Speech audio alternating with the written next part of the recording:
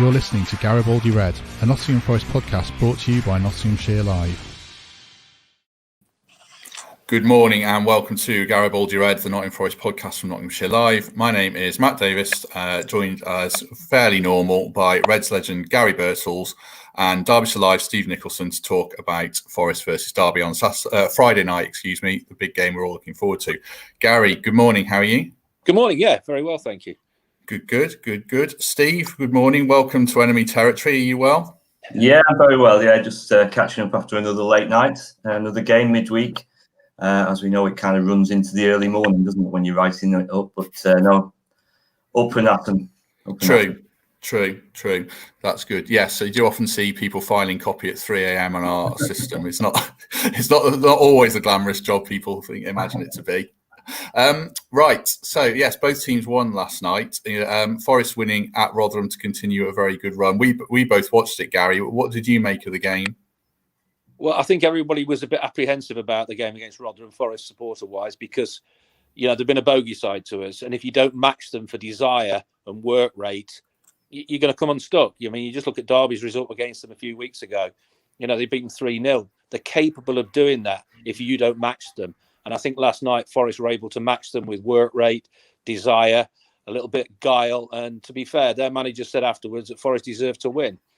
We didn't create a great deal of chances.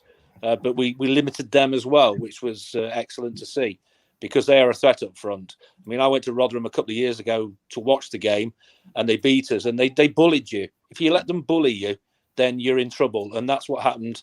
They didn't outthink Forest that day. They just bullied Forest and they won the game. And that's what they're capable of. Steve, give us some insight into Derby at the moment. They seem to have turned it around as well under Wayne Rooney, and they had a good win last night. How are they going? Yeah, he's doing very well. There's no doubt about that. I think they've won 6 of the last 8 matches. Gary's actually absolutely right about Rotherham. These games are so tough, and mentality is everything. And Wayne Rooney spoke about this when he took over. He talked about stripping it right back to basics, simplifying matters, doing the basics well. If you do the basics well, that's the first thing in this division. If you get them right, you've got chances of winning matches and building performances and climbing the table. And that's what Derby have done under Rooney. They've been difficult to beat, and that's the first thing you've got to be. And I say they won 6 of the last 8. They're keeping clean sheets as well. Things are looking quite good at the moment.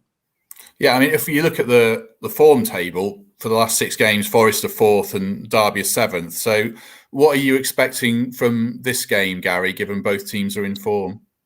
Well, just going back to the Derby result, how good that was for them, because they battered Swansea at the weekend, Huddersfield, and that was a difficult game after that, because Huddersfield must have been thinking, we've got a great chance here. So, put that into perspective. I think local derbies are so difficult to predict. I think players I've got to try and put out the minds that it is a local derby, because if you just go a little bit hell for leather, you can get yourself in all sorts of trouble. You can get booked early on. You can get yourself sent off. You've just got to try and manage your emotions, because everybody in the both cities know how important it is football-wise, this fixture. We all want to win it, and if we don't win it, we hide behind the curtains for a couple of days. It gives you a bad weekend. But I say, go into it with the right mentality. I think both managers will be saying that to the players because, Wayne's got a load of experience. He'll know what local derbies are like more than anybody. With Manchester City, played against the Liverpool teams.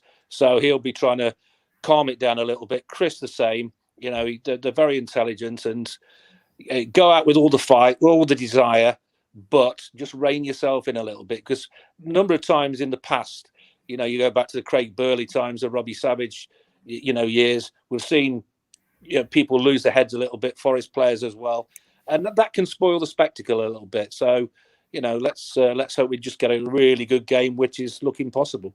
Yeah, just on that, Gary's absolutely right again, because Wayne Rooney, last thing he said last night after the game about the Forest game, looking forward, he mentioned that thing about staying calm, because it's the team that doesn't stay calm that makes mistakes in these matches, and mistakes can be mistakes on the pitch as far as a mistake that leads to a goal, or it can be picking up an early booking, or it can be picking up a red card.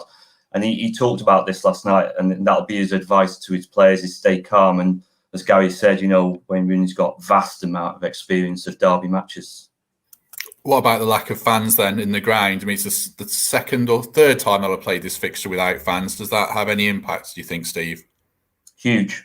I think it's huge. I think games we're watching at the moment, I think the fact there are no fans in has a big impact. There's no doubt about that. I've seen, I look at Derby's home form earlier this season, and they couldn't win at home. They just couldn't get it going at all. And I'm absolutely certain, had there been 28,000 for some of those matches, I'm sure we'd have seen better performances. What's interesting is that the games at the moment are very tactical, and I think without fans, it seems to be easier for players and teams to stick to the tactics and maybe not be pressured into pressing too much or pressing too soon or kind of getting carried away with the atmosphere. But yeah, there's no doubt that the games are affected by it, and certainly the game Friday and the meetings between Derby and Forest. We know what it's like. You'd normally be 31,000 at Pride Park Stadium. We know what the atmosphere is like at City Ground when they meet there before the game. It's crackling. So yeah, it is a big difference. I mean, you've played in the games, Garry, so tell us about them from your point of view. Well, I played in the baseball ground, and that was just fierce because the fans were about 5 feet away from you in certain places, but you just have to try and put that out of your mind and concentrate on what's going on. I mean, I've been watching the England-India cricket this morning, and there's fans in there, and the difference it makes, it's incredible. You look in the Premier League at Liverpool, I think that's why a little bit their defence of the title has stumbled a little bit because the fans aren't there, and it makes players react a little bit. It can lift you, it can flatten you, but it's fantastic. And I think it just shows how important sports fans around the world are, to every sport that we play, because it inspires you, it lifts you, and it drags you along when you're having a bad time. And when there's nobody in there, they've got the noises, but the false noises.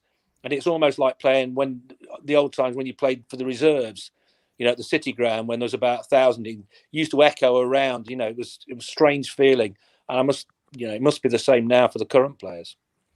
When you were playing in the game, obviously each set of fans, hate's a strong word, but pretty much hates each other. How did the opposing players view each other in your experience, Gaz? With respect. I mean, the Derby sides we played against were, fabulous. We weren't always in the same division, I think, at the particular time in that era. But when you did, you had huge respect for them. Yes, you were desperate to beat them, but you always respect your opponent. Brian Clough always rammed that into you as a player. Don't be afraid of them, but respect them. And if you can do that, you go out with the right mentality, and you don't go over the top. I mean, we had Burns, Lloyd, people like that, and they knew what it was about. They knew local derbies, but they reined themselves in a little bit. They still, put themselves about as only those two could, but they reined themselves in a little bit as well. So that's what you have to do. You have to have that right balance. I mean, how do you think the fixtures evolved, Nico? In that you've covered Derby for longer than I've been alive, maybe a long time. Thanks for that. Thanks for reminding me. I actually look that way as well. That's the problem. Don't worry. I mean, I can't remember how many I've done now. I think it's probably approaching certainly 35 consecutive ones. I think it's approaching 45, 50 of them I've actually been at the ground and working. Gary's right again. Baseball grounds so very, very different. Within touching distance of the players, I would imagine it wasn't pleasant sometimes going to take a throw in. I'm not sure how many throw-ins Gaz took, but not many. Get away from that. The baseball. Stay in the middle of the pitch. I can imagine. Myself and Matt can only imagine what it must have been like to kind of be out there, and they have evolved. There's no doubt about that, and the game's evolved though, hasn't it? The kind of blood and thunder, as it were, in the early minutes of these derby clashes isn't quite there. I mean, just from my own personal point of view, I watched my team win at Anfield at the weekend for the first time since 1999. Those derby games I used to watch growing up as a kid between Everton and Liverpool were fierce, really fierce. Graham Souness was in there. It was tough. it was a tough environment out there, and often, you know, they'd play for 20 minutes and then suddenly someone would throw a ball on so they could carry on playing. But so it's changed a lot. It's a lot more tactical now, you know, but it still has that passion, and that's sadly what you know we're missing at the moment with the fans not being there, because I'm absolutely sure Friday night would be very passionate, just as I'm sure the game at City Ground earlier this season would have been the same. When we look at who's actually going to play in the game then, from a Forest point of view, Gary, what did you make of the team selection against Rotherham with Murray starting and Garner on the bench? Does that give you any indication of who's actually going to play in this game from a Forest point of view? None at all, I don't think. I think you've got to manage the situation a little bit. That's what everybody's talking about now, managing the players, you know, assessing, you know, how much they've done in midweek, training-wise, all comes into the equation. I'm surprised Garner didn't play last night, you know, because he's been pretty good since he came in. And, you know, when he came on, there was a little bit of a spark there as well. Glenn Murray leads the line well. Graben's injured, so that probably, you know, was a problem for Chris. Did you play Taylor? Did you play Murray? But, you know, Murray, what he does, he occupies defenders. And that's what I like to see from a striker. Don't make it easy for them. Yes, he gives some fouls away, and he's going to do that. But he'll get fouled a lot. He'll make things happen. You know, people can play off him. He's one of those sort of strikers who can do that. And if players around him can get used to that, then, you know, Forest could go on a very decent run. They're on a decent run now. You know, 10 points off the playoffs, 10 points off the bottom three, similar to Derby. So both teams have got a great opportunity still of maybe just making a late run, because the pressure comes on those teams at the top the closer you go towards the end of the season. You know, for now, you've just got to say, right, okay, you know, we're 10 points off. We're just got to keep playing. We want to keep ourselves safe, keep in the championship.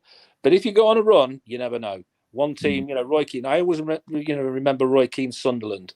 You know, they were right down at the bottom, went on a magnificent run and got into the Premier League. So, you know, don't rule it out. I think Chris said that last night in his interview.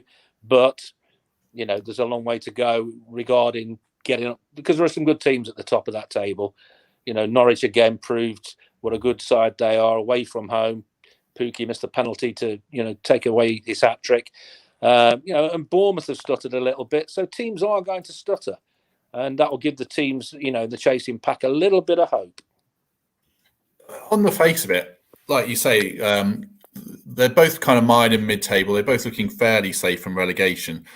So in a sense, there's only the bragging rights to play for. But like Gary says, do you think, Steve, this game could serve as a springboard for maybe even Derby to make a mad late run for it? Or am I getting wildly optimistic there? Because I think they're only a point below Forest.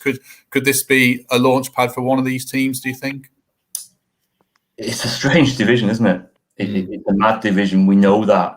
It's so difficult to predict. I think the first thing both teams have done is make sure they don't lose games. That's the key. You know, don't lose games, get a win. If you can't win the next one, get a draw, and just keep building this momentum and this confidence. Confidence is a massive thing. I see it in Derby's team.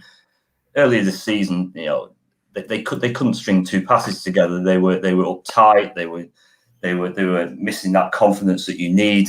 Now it looks different, and that's what results can do for you. And both teams have become difficult to beat. They've got the basics right. And now what they'll look to do is build this momentum. I think Forest are 1 defeat and 7, aren't they? And as I said earlier, Derby won 6 of the last 8.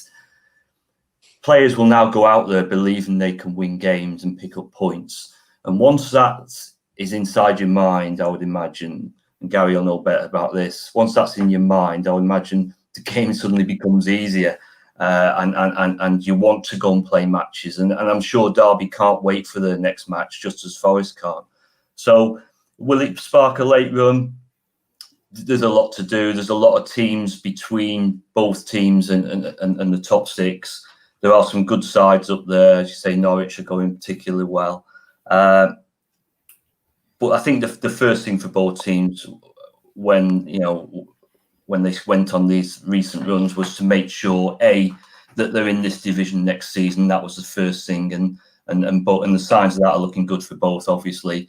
And B, to start building momentum as quickly as possible and see where it takes them. I mean, Do you have any worries about Forest going down, Garry, still or not? Don't at the moment, but I think the signings have helped. I think there's experience in there now. There's a bit of youth in there as well. The mixture is pretty good. And if they can stay fit, obviously, that's a big ask at the moment because the games are coming so fast and furious. It's good that both teams played last night and they've got the game again Friday. So there's no excuses from either team about, oh, well, we played on Tuesday, we're a bit tired. So that's out of the equation as well. But it has been one of those seasons where the unpredictability is evident for everybody. But you look around the Championship, and as Steve said rightly so, it's a hell of a league to get out of. It's so difficult because you see, Wickham, they're down there, but they're capable. Derby just edged it against them very late on, a week or so ago. Forest struggled a little bit against them. We've already mentioned Rotherham. They've got a couple of games in hand. Birmingham have got dragged into it. Which is good for Derby and Forest to see other teams down there. Coventry are coming down a little bit. Luton were a little bit unlucky last night. 1-0 up. They conceded in the 5th minute of injury time. 2 points. The other 2 points would have made it a lot easier for them. But anybody's capable of beating anybody in this division. It's like I mentioned the Swansea Huddersfield game. Was it 4-1 in the end that Huddersfield beat Swansea? Nobody saw that coming. And they're the sort of results that can happen and will happen on a regular basis. Not just this season, it's every season. Because it's such a competitive league and it's one of the leagues in world football that everybody craves to get out of because the rewards in the Premier League are absolutely massive. I watched Wickham say a week ago. They were terrific. Seriously, they were so unlucky to lose to Derby. They'd already drawn at Derby early this season. For a team who are sitting bottom of the table, I thought they were great. I really did. They gave their manager absolutely everything from first minute to last. And then they were kicked in the teeth at the end. They put that behind them. And last night they went out, I think, and beat Reading, which was a super result. So, and it was the same with Rotherham, very tough opponents. I really don't think, Norwich has going particularly well at the moment because the strikers starting to score again, which has been a big help to them. But I don't think there's much between most teams in this division when you look through it. And that's why every week you're going to get mad results. And I think that one of the secrets of the division is you can't get too up and down with results because there will be defeats, whether it's this weekend, next weekend and following weekend, but you'll also win games as well. You'll draw games. And I think you just got to ride those emotions and just make sure you can piece together some kind of run, which Forest and Derby have done of late, that makes you kind of climb the table gradually and gain that confidence. I just want to go back through some of these Forest selection poses. Are you thinking Murray's going to start up front then, Garry? With Grabban's out, so it's Murray or Taylor. It's really difficult, that one. I would start with Murray because as a defender, I wouldn't want to play against Murray even now. He's 37 because of his guile, his know-how, his knowledge. He'll back into you, he'll make it difficult. He'll elbow you in the ribs now and again, and you'll know that he's there. And defenders then can get a little bit on edge and make mistakes. Taylor, for me, I feel a little bit sorry for him. I said this before because I think his work rate is one of the best you'll see in the Championship. And sometimes the way Forest played before, it didn't suit him because he was on his own. He needed help around him and didn't particularly get it at first. I think there's more adventure in Forest's final third now going forward than there was under Lamouche. And, it might suit him a little bit. But, you've got to fight for your place. You've got Murray, you've got Grabban. It's a good problem to have for Chris that he's got three strikers, three different types of strikers that can do different things on any given day. They're not similar at all in the way they play. So that's good because it makes oppositions think a little bit more. If one of them comes on, it's a different kettle of fish for the defenders. They've been used to defending against Murray. Then a Taylor comes on, and all of a sudden it's different. You get less time on the ball. You're under more pressure because he runs across the line well. Yeah, so it's good, for Chris to have that sort of a headache. There's also a debate about the midfield with Garner being rested and Yates doing very well, I thought, last night. The age-old Ryan Yates debate here. Richard Leonard saying he's a hothead and he'll be a liability. Who do you think will start in midfield for Forest. I assume it's Garner and another. Is that right? I think so. He's going to play his best 11. Obviously, that's a given, and I think Wayne will do exactly the same. It's a local derby. They know how important it is. They probably have just maybe rested the players they wanted to last night. They thought, they're both at home. Forest were away against Rotherham. They thought they could go and win that or get a point there. Derby would have felt they could have beaten Huddersfield with the teams they put out, but you can guarantee both those teams will be at full strength in both managers' minds. They'll pick their best 11 that's available to them for that match. So it'll be interesting to see that, because then it will give you an insight into the rest of the season, what the best 11 for both teams are going to be going forward. And does that best 11 in your mind include Yates or Cafu or Krovinovic being rested and Cafu playing a bit further forward? Who do you think will play? It's a difficult one, to get into a manager's mind. I'd like to see Garner. He gives energy. Krovinovic, similar. They make things happen. I think Amiobi's been a little bit of a miss. What he was doing before, he was one of the shining lights when things weren't going particularly well. Lolly seems to have been rejuvenated a little bit as well. So you've got that option as well on the bench, or if you want to start him. And I just think that the presence of the players that have come in has lifted everybody around them as well. That can happen when new faces come to teams and clubs, and they're good around the dressing room, which I'm sure Glenn Murray is. And don't forget, we've still got Michael Dawson around the dressing room as well, whose attitude is, unbelievably good. So you've got players like that who are still going to lift that particular squad and those players. And I've seen a real change in the way Forest are playing, the confidence, the desire and the way they go about things. There's a lot of thought process gone into, every game. And that's down to Chris. We know what he's like. We know what he's done in the past. We know he gets teams up. We know he's very good defensively because he was a cracking defender himself. So he knows all about how to defend. It's looking a lot better than it did, a lot more promising. And, we want to see both these teams in the Premier League. Let's get it right. No matter if you're a Forest supporter or a Derby supporter, we don't want to be in the Championship. And I'd rather be playing Derby in the Premier League than the Championship. And I just hope that at some point will happen. These two managers get the opportunity in the summer, to go about things the way they want to. And then we'll see, because it'll be their teams next season, and then we'll see maybe, the potential from both these teams going forward. What impact of the signings that Derby made, Nico? Because they basically had a day to sign 4 or 5 players, and they were mostly kids that came in, apart from Gregory. What have you made of the new additions to Derby in the last month or so?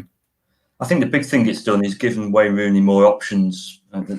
Garry said earlier, this is a strange season and games are coming thick and fast, and managers are having to manage their team and squads much more, I think, this season, and that can be a tricky balancing act. I think it's given Wayne more options. That's the key. The bench suddenly looks stronger as well, which I think is absolutely massive in matches. You can turn around and look at your bench and think we can change it here and there. He did that at half time against Huddersfield. He started with 3 centre backs and wing backs. Derby were 1-0 up at half time. Wayne Rooney wasn't happy with the performance and the shape of the team, so he made 2 changes. He brought on Martin Waghorn, he brought on Kamil Jozwiak, went to a back 4, and they got a second goal in the second half and went on to win the game. So it gives him those options to do that. I think the big thing, one of the main reasons Derby have improved, and Garry touched on this before about the importance of the centre forward. You're talking about Glenn Murray. Colin Kazim-Richards is a centre forward. I mean, it's a bit of an old phrase in football, isn't it? Centre forward. When I was growing up, every team had a centre forward and you knew exactly what he was about. Colin Kazim-Richards is a centre forward. He occupies the central defenders of the opposition. He's tough, he's strong, but he can play as well, as he showed with his assist last night on the second goal. He's been a big plus for Derby, so that's an important signing. But yeah, I think the new signings have boosted the options for Wayne Rooney. Do you think Derby are a similar side to Rotherham? I haven't seen much of Derby this year, but in the sense that they've got a big man up front, they play two up top, they're dangerous from set pieces, and they'll get about you. Are there some similarities there, Steve? I think what it is I said earlier, Wayne Rooney came in and the first thing he said was, we need to make this more simple. You know, we're overcomplicating matters here in the way we're trying to play. And if you do that, the first thing you do is make sure you don't concede goals. And that's what's happened. I think they kept 9 clean sheets in his 18 games, 50% strike rate there, which is very, very good. Don't give any chances away. Be solid, good shape. Have a focal point of your attack, which is vital. And they've got that in Kazim Richards. So I think that's what it is, really. It's not about comparing them to this team or that. I mean, I sat through that Derby's last promotion season was basically based on the spine of the team. You know, they had Steve Howard up front. They had Matt Oakley, who's a terrific midfield player and orchestrator in the middle of the pitch. They had 2 strong centre-halves in Darren Moore and Dean Leacock or Michael Johnson. And they had a decent goalkeeper. If you've got that spine of the team, which is absolutely crucial, if you've got a spine of the team, you've got a chance. Because what you do then, you fill in around it. But that spine of the team is absolutely crucial. And Colin Kazim Richards has given them that. Andre Wisdom and Matt Clark, 2 centre-backs, important for them. Christian Bielik was doing that holding midfield role. Unfortunately, he got the bad knee injury, but what they've done now is they've got real energy in there with Shinnie and Knight and Max Bird, and they're getting around players and making it difficult for opposition. And I think they've got a very good goalkeeper in David Marshall. I suppose I asked that question, Gary, because I wonder if Forest might quite like that kind of game. Do Figueiredo and Worrell actually prefer a battle to a team that are going to tippy-tappy around you? Will that maybe suit Forest the way Derby might go about it? I'm not so sure, because we saw the goal that, was it Swansea beat us, the cross, free header. That worries me a little bit. And I think the Rotherham strikers causes, when they got the ball in the box, a few problems last night. You know, they had the one that hit the bar. So I think teams will try and maybe get the ball in the box as much as they can.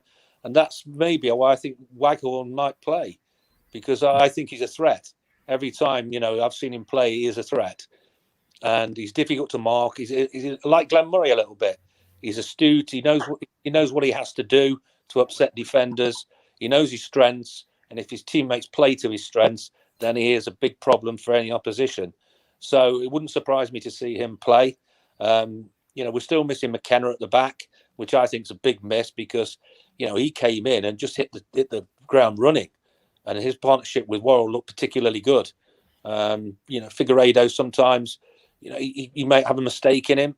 Worrell, I think, has been outstanding. You know, I think his leadership qualities are all there for everybody to see. He's very vocal, which you need, especially in a local derby. You know, I think he'll be desperate to have a decent game, because we remember last season, I think 7 minutes into injury time, you know, he gave that free kick away. That's, you know, what, it was needless, really. And I'm sure that's still on his mind. But these things happen in football. You know, it could have been dealt with when it came to box, but Waghorn caused a problem, you know, from that free kick. So, if Waghorn plays, it'll be a decent battle between, you know, Worrell and Figueiredo, and it'll be interesting to see if Wayne does pick him or goes to up front with Kazim Richards as well, because, you know, 2 totally different players, I think, and, you know, that partnership could cause all sorts of problems for anybody. I think what you mentioned, the set plays and getting the ball in the box, one of the big things Derby have improved on is the set plays. You know, they barely looked a threat earlier this season, but they're now looking a real threat. The delivery is good, and when you've got Kazim Richards in there, say Waghorn's in there, you've got the 2 centre-backs who are up there as well. They're getting their head on things. That's become a real plus point for Derby, and something Forest will have to be aware of. Would Waghorn play through the middle or from the wings if he's picked? I think with the way they're shaped up, they've got Lee Gregory as well, of course. You know, he's another one who knows what this division's about, and he's another one who works really, really hard and makes it difficult for defenders. Last night, when they changed, they go to a kind of a 4-2-3-1 or a 4-3-3, if you like, and what they tend to do is move Waghorn towards the right and have Josriak on the left, and then Kazim Richards through the middle. If they go with 2 up front, he's been going with Kazim Richards and Gregory. So it's going to be interesting. What Wayne Rooney's shown is he will change things up. He's not afraid to do that. I thought it was a bold call last night. You're winning 1-0 at home against the team who are around you in the division. It's a tight game. And he suddenly decides at half-time, no, I'm not having this. I'm going to change not only 2 of the personnel, but I'm going to change the shape of the team as well. I thought it was a rather bold call, and he just felt afterwards, as he said to me, that he would have regretted it had he not made that change. And so that's good signs for him as a young manager. So yeah, he's got these options to do a number of things, and that's why it's important to add to the squad in January, just as I'm sure it's the same for Forest. What's impressed me about Wayne, I think he's learned a great deal in a short space of time, but he's taken on board a lot from his time at Manchester United under Sir Alex, because Sir Alex, again, like Brian Clough, I played under him, he got things right defensively first and made sure that you were difficult to beat and kept things tight at the back. And we know how good Wayne was up front. He was one of the best strikers we've seen. But he realizes the importance of keeping clean sheets, because you build on keeping clean sheets, then that confidence exudes from the back, goes right through the team. And, if strikers and midfield players can see that defenders are keeping clean sheets, that gives them so much confidence. They can express themselves more because they know they've got that protection at the back. And I think it's really good that Wayne, early in his management career has learned that and looked back on the managers he's played under probably and took a lot of what he was taught then and what he saw under those managers and tries to implement it into his current team. Yeah, it's fascinating because when he got the job, everyone's thinking, as you said, that what a player he was, what a striker he was, forward thinking, scoring goals, creating things. But no, the first thing he did was basically, look, we've got to be harder to beat. Simple as, we're starting from the back. We're going to be harder to beat. All I'm asking of the players is work hard on a daily basis in training, work hard in matches. You do that, you're in the team. If you don't do that, you're out the team. Mentality, strong mentality, all very basic things. But if you get them right, then your team's going to be moving in the right direction. I'm sure when you've played at the highest level, as he has, you must pick things up from the managers you've worked with. You can't not pick them up when you sat in the dressing room with them, when you're training with them day in, day out. And there's no doubt that the level he played at and the managers he worked under, he's picked things up and he's got them stored away. The other thing we must mention, I think also, he's got alongside him or in the background, if you like, Steve McClaren, who's another who knows about coaching teams. He knows about getting teams playing the right way. He also knows, about how important it is to support Wayne Rooney in his early days of management. So I think Steve's also having an input as well. But Wayne's very much his own man in this, as he showed at half-time against Huddersfield. Yeah, I must admit, I thought he'd be a flop, and I think that's to my detriment, because I probably bought into the notion that he's a bit thick, and actually he's not. I think that's a bit of a stereotype. I'll tell you what's fascinating, Matt. When you speak to him, he's got a very, very sharp football brain, which he has to have, because when you're as good as he was, you have to have that sharp football brain. It's quite obvious. And I was one who also thought they needed to go for experience. I think basically I looked at the table. If you're bottom of the table in the Championship and you can barely win a game or pick up a point, the obvious thing would be to go for experience and know-how in the Championship, someone who knows about the division, how to get out of the division. That was obvious, and that's the way I was thinking. But there's no doubt he's impressed. He's impressed. Which is what they did with Hughton as well. They went down that route. What have you made of Hughton, Nico, from afar?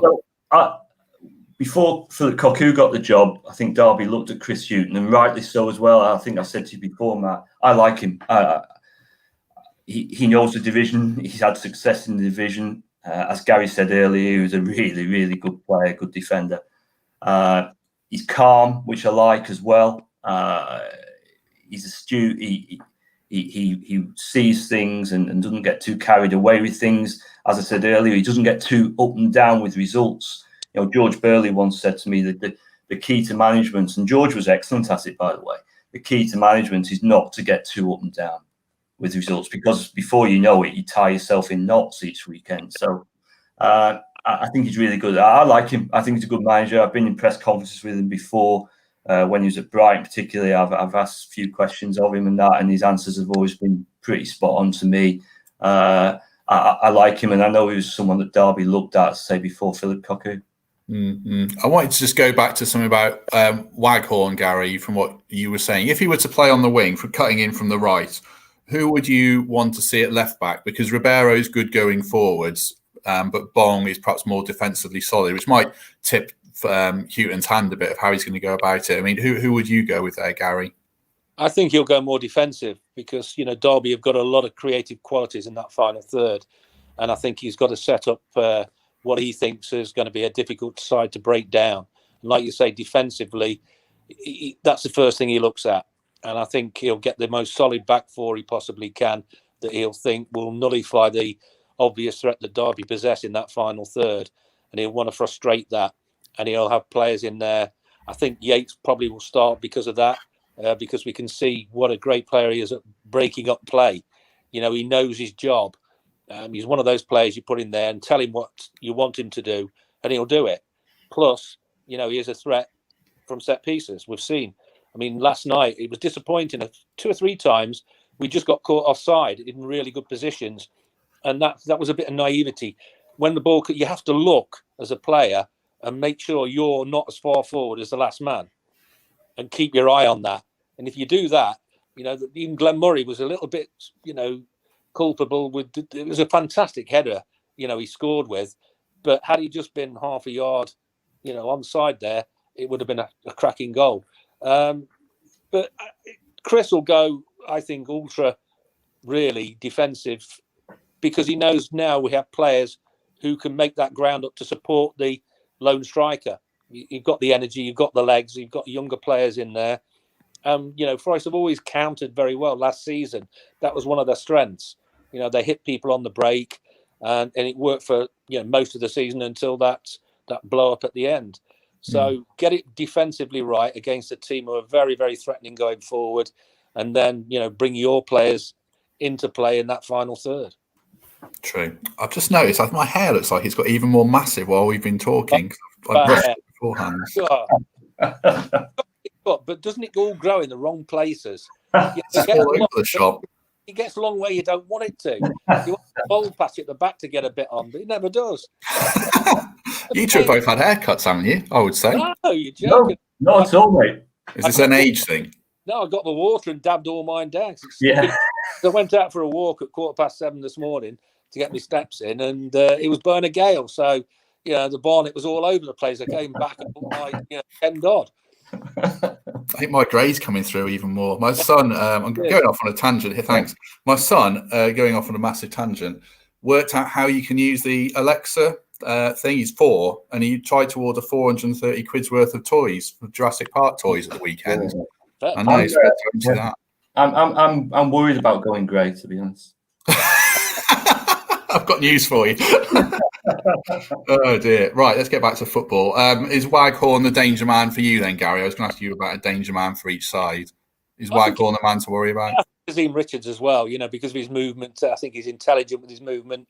Again, it's not always extravagant movement. It never is with the best players. It's always that little bit of 5-yard areas where you can just make a defender think you're going one way and then twist and go the other way, and just get that half yard of him on your defender.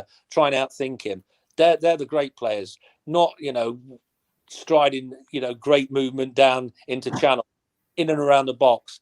That's where strikers come alive, and that's where the movement is so important. So, yeah, I think if he plays to up front, that's going to be a major threat and something I'm going to be enjoying watching who comes out on top.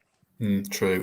Greg Gorham says, "Is it a Forest podcast or a Vidal Sassoon chat?" I mean, there are other brands are available, but we've got a bit distracted there. Sorry, Nico. Who's the danger man for Forest? Who would worry you from a Derby point of view? Well, I think the same battle at the other end is going to be interesting. And Matt Clark and Andre Wisdom have formed a strong centre back partnership. They weren't really troubled too much last night, either when they were in a back 3 or in a back 4. By Huddersfield, but Glenn Murray, I've always liked Glenn Murray. I thought Derby may have looked at him as well when they were looking for a centre forward. As I said earlier, the importance of the centre forward to the spine of a team remains crucial. I think he does occupy defenders. Again, as Garry says, and he'll know all about this, it's not that running here, running there, and all that type of thing. It's often that just moving 5 yards, or just leaning into a defender at the right moment, or just pushing him off at the right moment to give yourself a couple of yards so your teammates can pick you out. I think the battle, if he starts for Forest, I think the battle with him and the centre backs will be important. Just as I said earlier, it will be with Kazim Richards and Forest defenders. I don't normally indulge in score predictions on this podcast anymore because they're pointless, but a lot of people are giving their predictions in the comments. So let's do ours then. Garry, do you give us a prediction of how you think it's going to go on Friday with a final score? I think it's going to be very tight. Local derbies usually are. We all want an exciting derby, but sometimes they go a little bit flat and they could nullify each other. I think at this stage, after last night's result, both teams would maybe settle for a point. They don't want a point. They'd love to take all three, but a point would be nice. I've got to say, Forest, they're capable of beating anybody at the moment, the way they're set up. So I just could see them edging it by the odd goal. I mean, people are predicting draws. Owen Bailey saying 0-0. They're always very tight. And Dean Spencer saying he's got a draw written all over it as well. People want to drop their comments in. I'll put a few more up. Nico, what do you think? What's your prediction? I think Gaz is right. I think you look at the stats. I think Forest have kept 5 clean sheets in the last 7 games, scored 7 goals. So their games have been tight in the main. Derby's the same. They've got clean sheets in them, but they haven't got a huge amount of goals. A draw looks favoured, doesn't it? And often does when we stand before a game like this. I think it will be a narrow win either way, and in that case, I'll probably go for a 1 or 2-0 to Derby, and we'll all be wrong when it's 3-3, of course. We will be. James Pritchett says 2-1 Forest. Greg Oram says 0-0 bore draw. And well, that'll be good for me intro then. Yvonne Wilson 1-0. Stu Freeston 1-1, and Richard Leonard 2-1 Forest. I would think I was on a different podcast recently and I said 1-1 draw, but if I think a team is going to win, it might be Forest, because I think they might have a bit more about them in open play. I might be being unfair to Derby, but with Knockaert and Kravinovic and perhaps Lolly, if he goes with the right on the left wing, there could be a few options. I think Forest might have a bit more. Let's quickly put a few more predictions up before we sign off.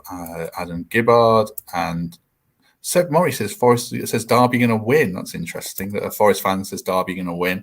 And Shane Buxton says 3-1 Forest. Right. I wanted to finish. Actually, I'll let you finish, Garry. Talking about the fundraising appeal for your wife, Samantha, who's suffering with cancer, and friend of the family has started a fundraising drive, which people can donate to. They've been donating to in their droves, which is great. Why don't you tell people about it, and then I'll plug it with some details. Yeah, well, sadly, my wife, Samantha, is terminally ill with pancreatic cancer. And one of her workmates, who she's been working with for 18 years, Sally Pembleton, started this off, wanted to raise 500 quid for Treetops Hospice, which serves Derby, Derbyshire, Nottingham and Nottinghamshire. And it provides nursing care and emotional support for anybody affected by a life-limiting illness or bereavement. So it's a fantastic, local charity for both Derby and Nottingham. And it was to walk 20 miles in February. Not knowing we couldn't all do it together, and her colleagues from British Telecom in Nottingham, they've been walking in their lunch breaks, when they get home at weekends, all to raise money. And just wanted to thank everybody who's donated so far. It's been absolutely fantastic. For wanting 500 quid, with all the charities desperate for money at the moment, we know that, and to get 6,700 as we stand at the moment. And we're going to raise more by getting signed shirts from Premier League clubs. I've already secured shirts from Arsenal, Manchester City, Leicester, Burnley, Aston Villa, and that was on the first couple of days I asked. So we're going to auction them off. And Baseford have said they'll put a charity game on at some point, to raise money for Treetops as well. When that will be, obviously, comes down to the lockdown being, perfectly okay for that to be staged. So thank you so much for everybody who's donated, small and big. We've had, fantastic response to it. And thank you. I've put the link to donate in the comments on our Facebook page and our YouTube page. And it's also my pinned tweet at @MattDavis_NP. So people can donate there. Like Gary said, it was about £2,000 a week ago, and now it's at 6,700 today. So it's great to see people backing Garry. He's a nice man. I don't know if he's modest enough to sit there and take this, but he's a lovely man. So Sally Pembleton, she started it at BT. I just call upon people, I know within the game, it's a footballing family, we know that. And they've been brilliant. The response so far has been, yes, we'll get one. What's your address? We'll get it in the post, signed shirt. And, Richard O'Kelly, who's I played with at Grimsby, who's at Aston Villa. I was on the phone. He phoned me yesterday morning while I was out on my walk. I've now done 370,000 steps this month so far. So the old legs are getting a bit tired.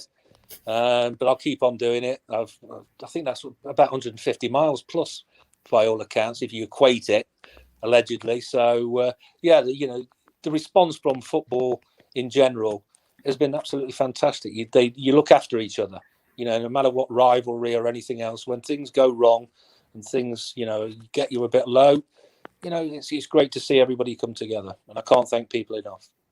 We're at about 370,000 steps, aren't we, Nico? We're doing just as well as Gaz, I'm sure. Yeah, just under, I think. Just a shade under. Sat at our desks all day. So thank you, Sally, and all our colleagues at BT, because they've been brilliant. Absolutely. I spoke to her. She was lovely when I spoke to her on the phone. Right. We'll end it there. Hopefully it's a good game on Friday, and obviously we hope Forest win. Sorry, Nico. But thanks for joining us. We appreciate you coming on. And Garry, thanks for joining us as normal. You'll be back soon, no doubt. We hope everyone has a good few days and enjoys the game on Friday, and then we'll chat about it after that. Thanks very much, everyone. We'll see you soon. Cheers, Steve. Cheers, guys. See you soon, mate.